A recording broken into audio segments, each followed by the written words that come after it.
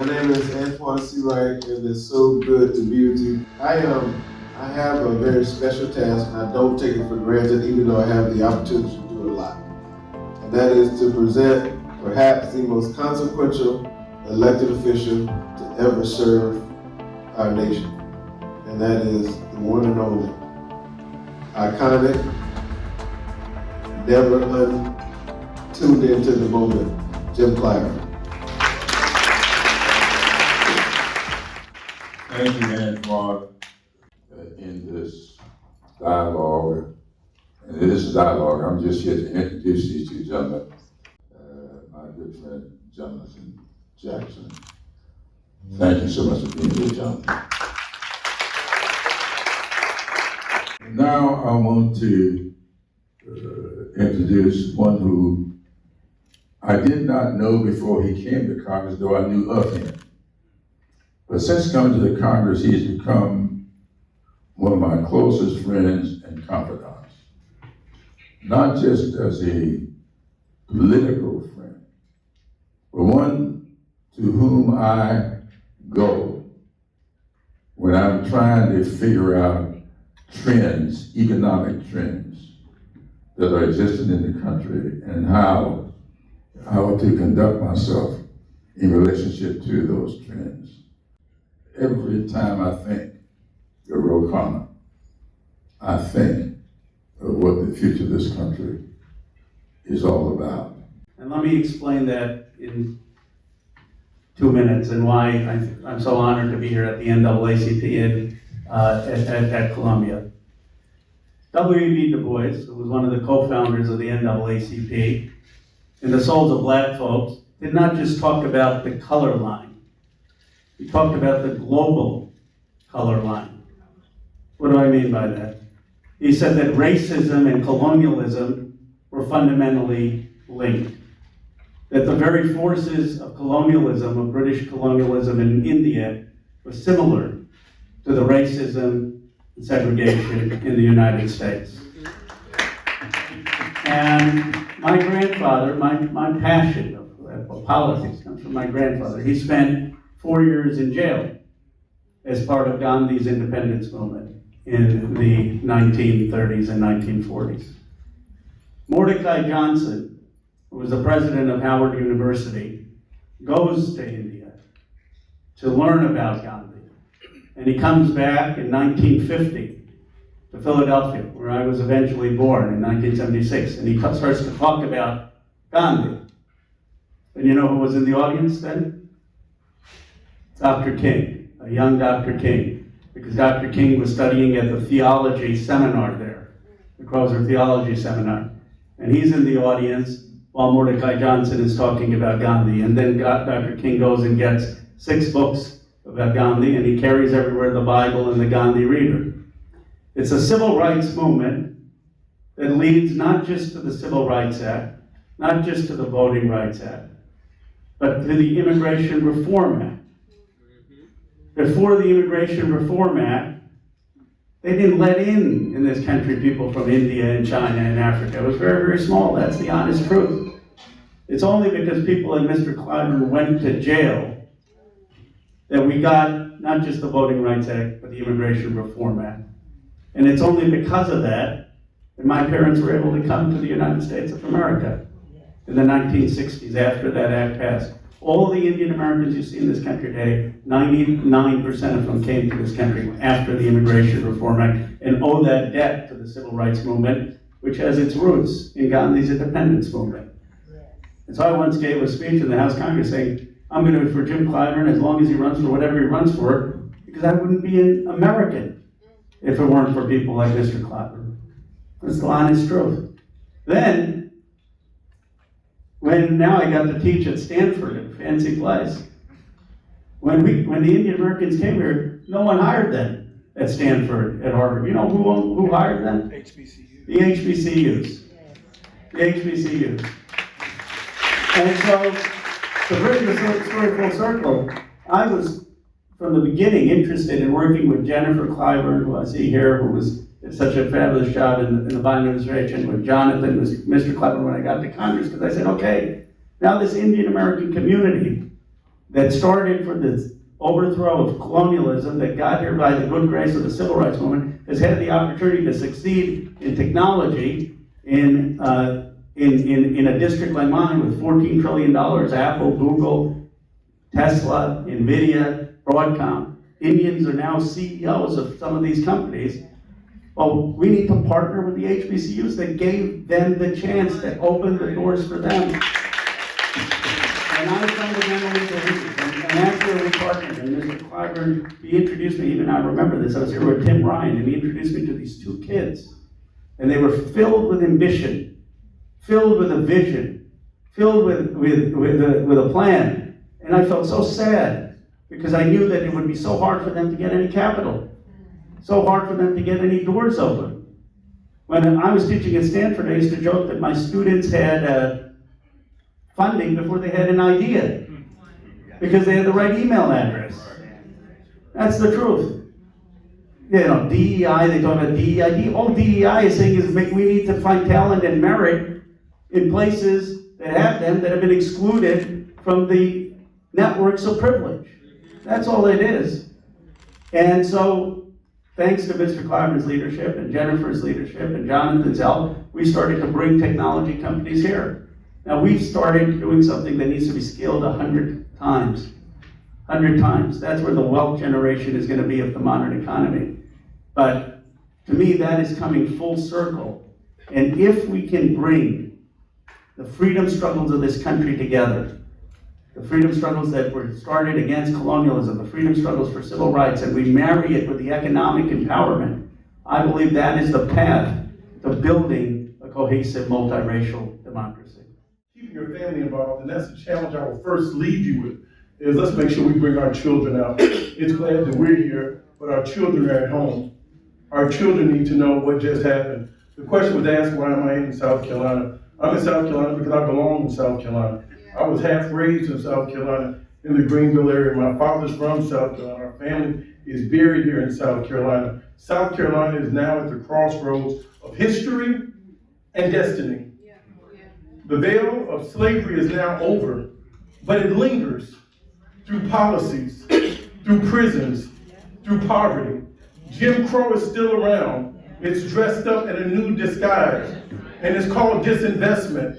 It's taking money out of our neighborhoods, and you all deserve better leadership. So I'm down here to work with you. I need your support. We have to have an uncompromising vision for which way this nation should go.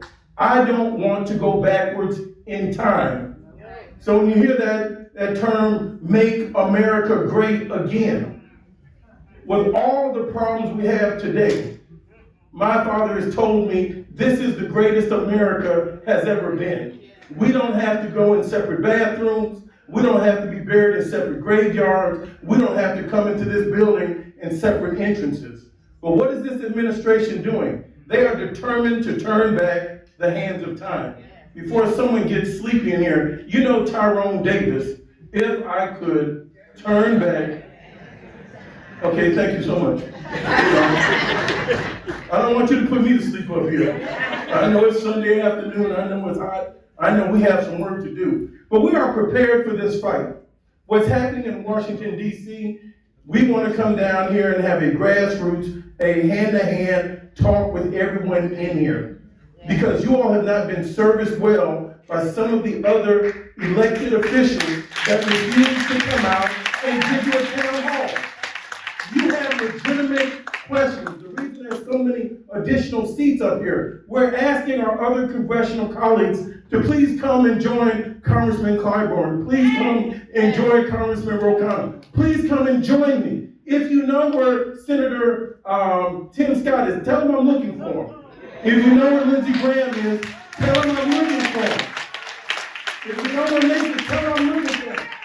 We want to understand, please, and I'm giving them the benefit of the doubt. Why would they cut Medicaid? 6 out of 10 senior citizens in senior housing, in senior nursing homes, are living there off of Medicaid.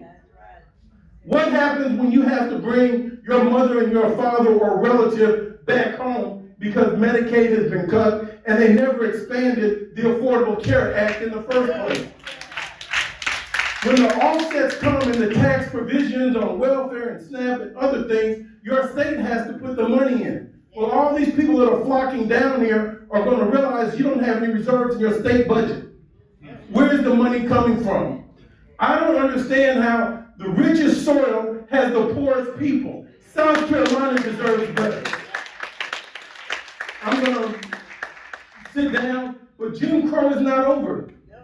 When they say they're against diversity, equity, and inclusion, everybody believes in meritocracy, but when did meritocracy begin?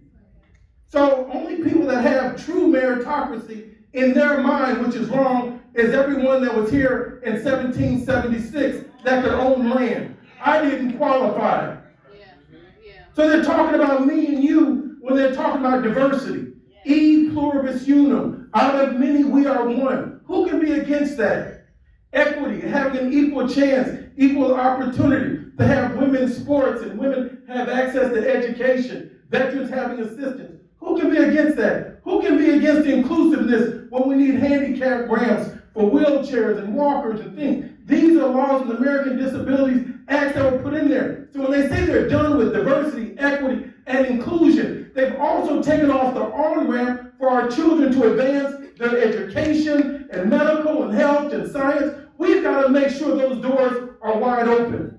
They're closing the doors of opportunity. And the last thing, when they say they're done with diversity, equity, and inclusion, that's why we started a diversity, equity, and inclusion on January 27th, 7 days after the president took office, because he can't take words that are aspirational out of our mouth.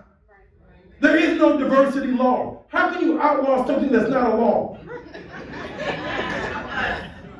But when he says he's against DEI, which simply means diversity, equity, and inclusion, what does he do? He takes the names of African Americans out of the military.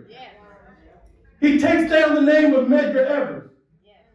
Pete Hegseth, really? Donald Trump, really?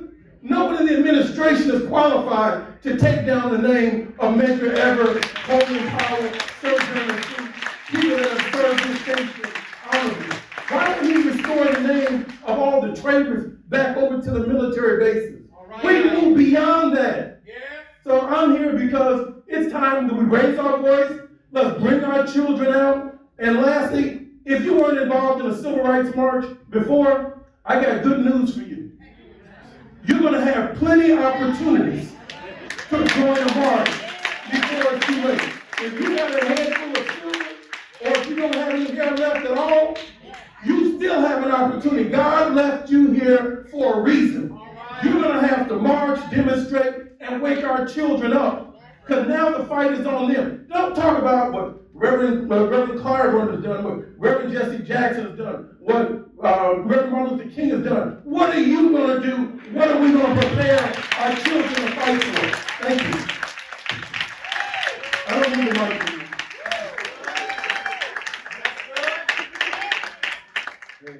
Let's just be blunt about all of the things they've done. They have been obsessed about repealing Obamacare and the Affordable Care Act from the day that Donald Trump ran. Before he ran. He didn't mean to say Donald Trump. Donald Trump. Look, they have been obsessed about it for one reason, because it was Barack Obama who got the health care expanded. And this time, they have managed to repeal a huge chunk of the Affordable Care Act. And what does that mean? If you were on the Affordable Care Act, if you have friends or family who are on the Affordable Care Act, your premium is going to go up by 75% starting next year. Not starting 2 years from now, starting next year. That's what this bill did. If you have private insurance, even if you're not on Medicaid, your bills are going to go up because the hospitals are going to start charging the private insurance companies more. This is a Trump insurance rate hike on every American. It is a repeal of most of the Affordable Care Act to raise premiums, not just for folks on Medicaid, to raise premiums for anyone who has health insurance in this country. The second thing, that they have done is start to kick people off Medicaid and close hospitals. There have been 6 hospitals that have closed in this state. I was talking to a pastor this morning, and he was telling me the story of a woman who was going for pregnancy, was pregnant, was going into labor for her 4th child, and they canceled the labor and delivery services in her hometown, so she and her husband have to drive 1 hour, make arrangements for the kids, just to be able to get a checkup, just to be able to deliver a baby in the United States of America. And it's $35 for gas, both ways. Those are the practical consequences of what Donald Trump's doing. I was talking to the superintendent for this area. She's afraid there's 750 kids in this county who don't have the reading and math level that they need. And they are withholding $6 billion for funding the after-school programs for those kids.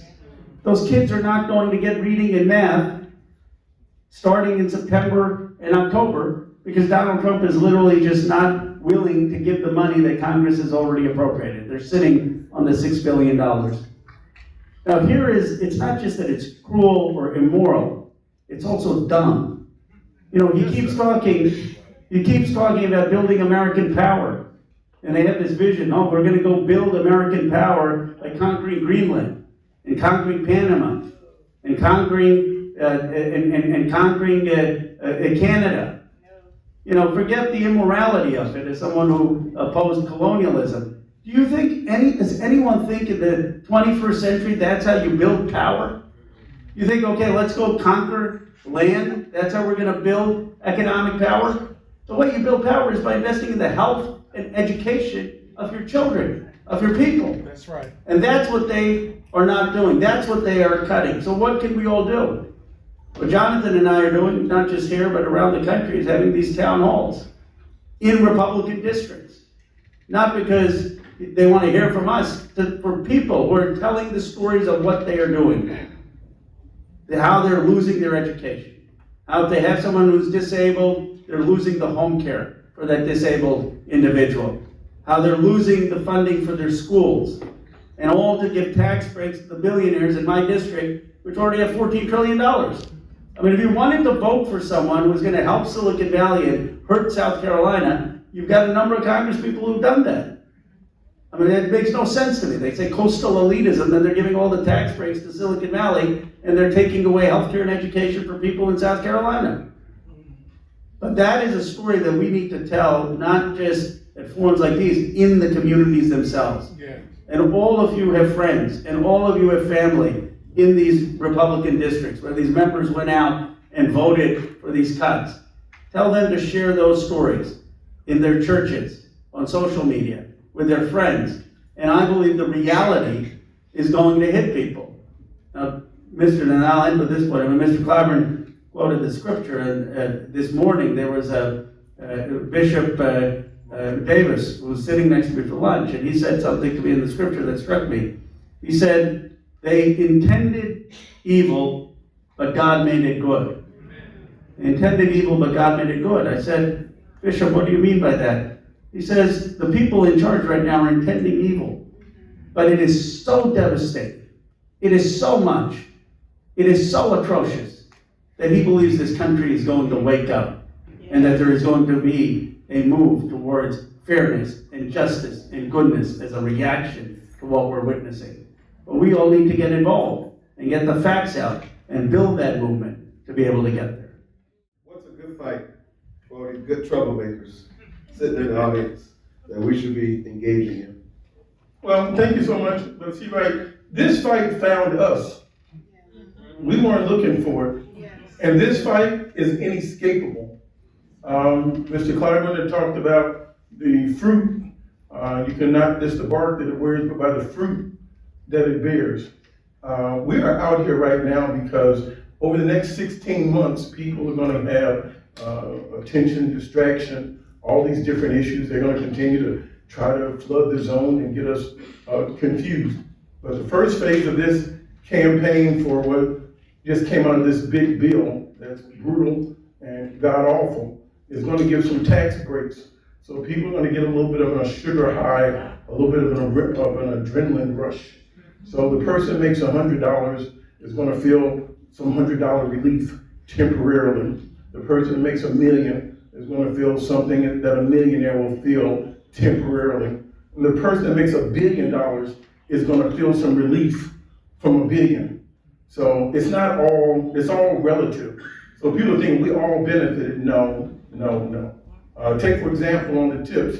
The tips are gonna go up to being tax-free up to $25,000 if your employer sends in a 1099 on that. But that's gonna also make you disqualified from having Medicaid.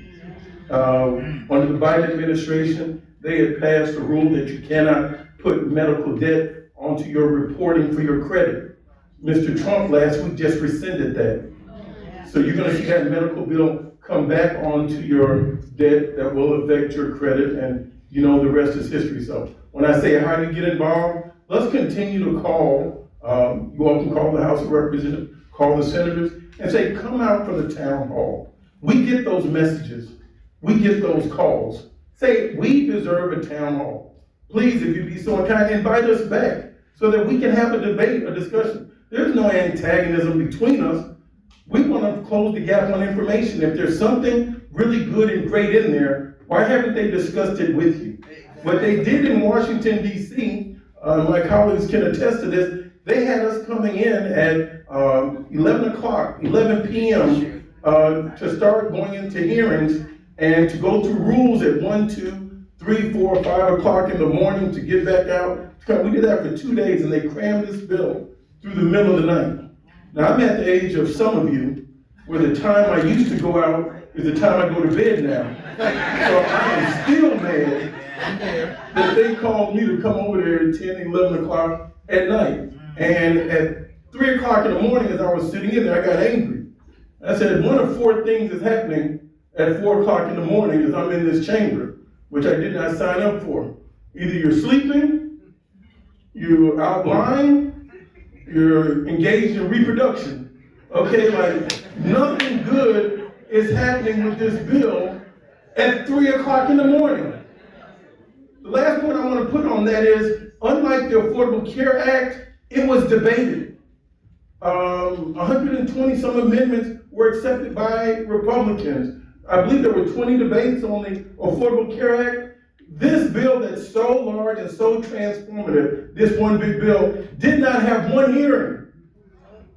So back to your point on why are we here? Our people simply don't know. The good news, it's more of us than them. We have 1 million people that are unregistered in South Carolina. Our children and grandchildren and great-grandchildren all are going to be affected by this. And we're trying to go across this country, across this state, to tell everybody this one affects you. So this fight is coming to us, but we can turn it around. From California, we hear, and I hear this every state I go to, I was in 4 states last week, and the same question, same thought. Democrats do not have a message. What is the message? What is the message? What is the message? To the people who say we do not have a message, and a lot of those people made the wrong choice last year in November, what do you say to those people? We not only have a message, we have a record, and we have the receipts of fighting for working and middle-class Americans. Look, the reality is the Republicans have had one message for the last 50 years. Tax cuts for the rich. It's literally the only thing they do. They dress it up in different ways. Trump will add a little bit of racism to it, a little bit of xenophobia to it, a little bit of populism to it. But when it comes down to it, all of these Republicans, what do they agree on? We gotta cut taxes for people who are wealthy, and we've gotta cut Medicare, we've gotta cut Medicaid, we've gotta cut Social Security. That's really their animating spirit. That's the Republican Party. The Democratic Party believes that every person in this country should have health care. Yes. Every person in this country should have a decent education. Yes. Every person in this country should have the opportunity to have a good paying job. Yes. Every person in this country should have the opportunity to be able to build economic security, economic wealth. And then to do that, you can't just say tariff, tariff, tariff, tariff. How is doing that going to actually add manufacturing in the state? By the way, look at the facts. Manufacturing went up under Joe Biden for 4 years. It was the first time in like 30 years that ever happened. And manufacturing is down in the 5 months that Donald Trump has had. It's on all of us that we didn't tell that story in a compelling and strong enough way. But we know what works to build good paying new jobs. You need capital and investment. That's what the Democratic Party believes in. Bring that investment here. You need apprenticeships and pathways to get young people into industry. That's what the Democratic Party is for. You need trade schools. That's what the Democratic Party is for. You need to build AI academies and technology academies. That's what the Democratic Party is for. We're for good jobs. We're for lowering people's costs, and we're not for overseas wars. That's the Democratic Party. That's what it's always been. Now, can we get out there and share that vision? Yes, we've got to need all of you to share that vision. But I'm tired of people beating up on this Democratic Party. Look, I'm not saying that we don't need change, but this is a party that got us Social Security. This is a party that got us Medicare. This is a party that got us Medicaid. This is a party that got us the Civil Rights Act. This is a party that got us the Voting Rights Act. This is the party that got us the Immigration Reform Act. This is the party that got us the Affordable Care Act. I'm all for a new generation, but have some respect for the people who fought fights that were much harder than anything you ever had to do. When people say, oh, how are we going to defeat Donald Trump? Aren't you afraid? I say, come on. Come on. You think my generation has it harder than Mr. Clyburn's generation? That you have not read American history. You have not read American history. If you think my generation had it harder than my grandfather, who didn't know whether India would be a free country, who was thrown in jail every time he wrote an op-ed saying that India deserved freedom, then you have not read world history. The truth is, my generation probably has it the easiest in terms of pushing towards a fair multiracial democracy than any previous generation. And we need to toughen up. We need to say we are in the leg of the relay where it's our generation's chance to expand opportunity, to expand multiracial democracy, that we're going to fight and we're going to win, because our challenges are easier than the previous generation's challenges, and our values are consistent with what this country believes. And we do that by bringing fresh and new ideas to the party, not by rejecting the achievements of the party, but by building on those achievements. That's my view. Congressman Jackson, very quickly, if you can use your congressional 1 minute, if you can share with this audience the most important issues, 3, Father, Son, Holy Spirit, facing Black America right now. Because there's questions about what Black America is dealing with and how we deal with it. You talked about the how, but the what, I think, is a very important question. So if we look at our history on the 1, 2, 3 of our progress, and I have to go back over American history with some of my colleagues, it's not as simple as we are all a nation of immigrants. This was Native American land. We had treaties and understanding. And so there's an obligation, a history that we have to remember of a genocide that happened to a people on this land. It was not uninhabited. Second part is there were Africans that were kidnapped and brought down through the shores of Charleston, New York State that came to this. And then a foundation was laid where many immigrants and others were able to come on top of that. So when you've taken the issue of the repair that the African American community deserves, because the assault has been unrelenting consistently. Get out of slavery, then the black codes come in. Get out of slavery, then Jim Crow comes. Get out of here, and then one instance, one hurdle after the other. And sometimes our immigrant friends don't necessarily understand what we've been through, but they've had opportunities in our country that were never afforded to us. How about that if I'm talking to you? And it's not a pleasant conversation, but I believe in comforting the disturbed and disturbing the comfortable. So it's a conversation Because I'm a representative, and this is the pain that people in my district are feeling. So the 1, 2, 3, we have a housing issue. Housing and rents are skyrocketing in this neighborhood, and there's a lack of affordability. And just one part of that bill, can you imagine of that $5 trillion tax breaks and everything? Have they dedicated $1 trillion, just $1 trillion, to affordable housing? We could be building 3.3 million new housing units and then make a dent in all the housing issues we have around the country. Let's talk about the future and what we want to invest in. We don't have to cut our way out of everything. The nation is rich. Yes. Don't be confused about the false argument. They gave money back to the wealthiest people and they took money from the poor. Don't you see what they've just done?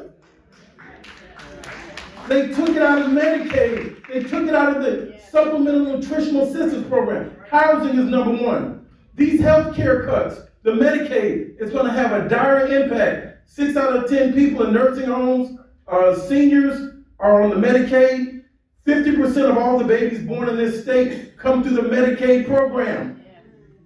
So there are going to be more at-risk pregnancies where women are going to have issues. Thank you, Senator Brown out there running. He shared with me a story. He also serves as an undertaker. He had to make arrangements for a woman just this past week that was 40 years old with 2 children that died from insulin, a lack of insulin.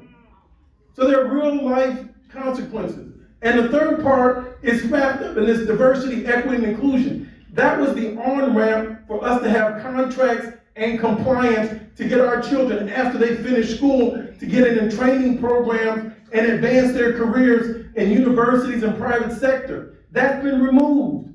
So where are our children supposed to go? So from the housing to the Medicaid, and if you cut me short, I'll say I have to have on how do we get the forward progress. If you take diversity, equity, and inclusion off the table, the repair for African Americans in our industry, our business, our capital formation, then we have to go back to the conversation of reparations. How do we repair the harm, hurt that happened to our kids? And if we can talk about rebuilding other countries, we can rebuild America starting right here in South Carolina. Okay, Jackson. The bill's clean, big beautiful bill terminates the new and used EV tax credit starting September 30th, 2025 and ends the EV charging station credit by June 30th, 2026. How do you see the future of electric vehicles in an area like this that is now relying heavily on EV manufacturing in our state? They want to have a 19th century policy. You know what the bill does? I mean, I couldn't believe this when I looked at it. They cut the electric vehicle tax credits. By the way, China is forging ahead on that. BYD. They cut the solar tax credits. They cut the tax credit for wind. And you know what they give tax credits for? Coal. I could not believe that. This is like saying, you know, I'm the guy from Silicon Valley, this is like saying we're going to give you tax credits for your flip phone because we don't want the iPhone. It has nothing to do with the climate. They have policies that want to take us technologically backwards, economically backwards. And we, under President Biden, all the criticism of his age, he had the most forward-looking policies with the Inflation Reduction Act and the CHIPS Act to actually build the economic future. We, as a Democratic Party, the one message that we need is we are the party that understands the economic future. They are the party of the past. They are the party that is taking this country backwards economically. And I think that if we make that simple distinction, people will get it. They want their kids to have the jobs of the future, the economics of the future. Yep, and if I can add on to Congressman Khanna, there's going to be a lot of pain in unraveling the dismantling of that program. The companies that are geared up for the manufacturing of the battery station, the cars, the dealerships, the lots, you're going to see a wave of bankruptcies to come behind that. People are moving that. There was a tax credit that was removed that stopped the incentive. There was also the tax credit, the incentive that was removed for the health care. That's another part for the reason why our insurance is going up. I'm on the Affordable Care Act, so I know exactly what you're saying. Yeah. I only insure myself, and my premium is $900 per month. So I can give you a longer story on how I feel about what they're doing. I thought I got in Congress and I had the best insurance. Somebody told me the wrong thing. Ain't God good? Well, then you better get out and vote.